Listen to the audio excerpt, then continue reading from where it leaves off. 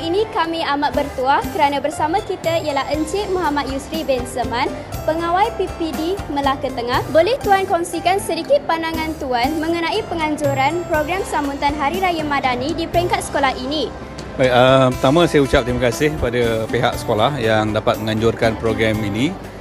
Sebenarnya kedatangan Syawal kan, kita raikan bersama. Dan inisiatif yang telah dilaksanakan oleh pihak sekolah ini harus kita berikan pujian dan penghargaan. Mudah-mudahan dengan aktiviti yang dianjurkan ini, dia dapat menyemarakkan antaranya semangat perpaduan dalam kalangan murid-murid dan juga warga sekolah.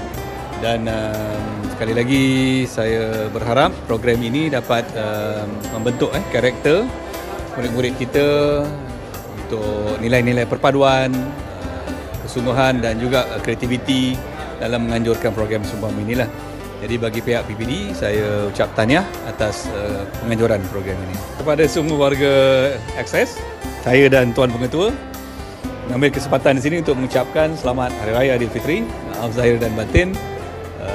Teruskan berusaha untuk meningkatkan kecemerlangan sekolah ini. Mudah-mudahan dia akan menjadi contoh dan ikutan yang baik untuk semua sekolah di daerah Melaka Tengah dan juga di negeri Melaka.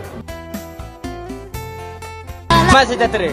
Bersama saya sekarang ialah salah seorang murid SMK Air Keroh dan turut memeriahkan sambutan Hari Raya Madani peringkat sekolah. Jom kita dengar pandangan beliau tentang program hari ini.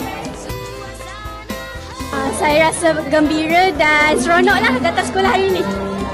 Selamat Hari Raya kepada Akses pada hari ini. Pada pendapat saya, hari ini saya rasa seronok sangat dapat makan bersama dengan kawan-kawan saya, dapat memakai baju yang lawa-lawa dengan kawan-kawan saya, dapat mengambil gambar kawan-kawan saya dan guru-guru saya.